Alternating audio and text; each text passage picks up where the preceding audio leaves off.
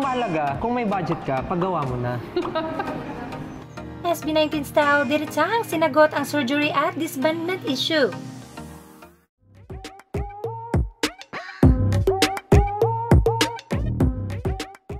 Diretsahan ngang sinagot ni Style ang issue ng plastic surgery sa kanya at ng disbandment naman sa buong grupo.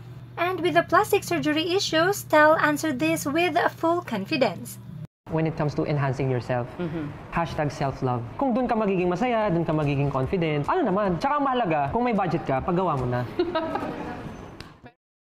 Well, surgery and enhancements are nothing new in the showbiz and entertainment industry all over the world. Ika nga, buhay mo, katawan mo, pera mo, you can do anything you want as long as it makes you happy without negatively affecting other people. At sa umi-issue naman ng disbandment dahil sa may solo careers ang mahalima, well, no worries dahil hindi mangyayari yan. So hindi totoong magdi-disband kayo kasi ayan, nagsusolo na sila. So natatakot yung mga fans. Hindi naman po. Hindi walang ganon. Walang ganon. Sige, mag-solo ka dyan. Kumuha ka ng supporters. O pag nawa siya supporters, o pakilala mo yung SB19.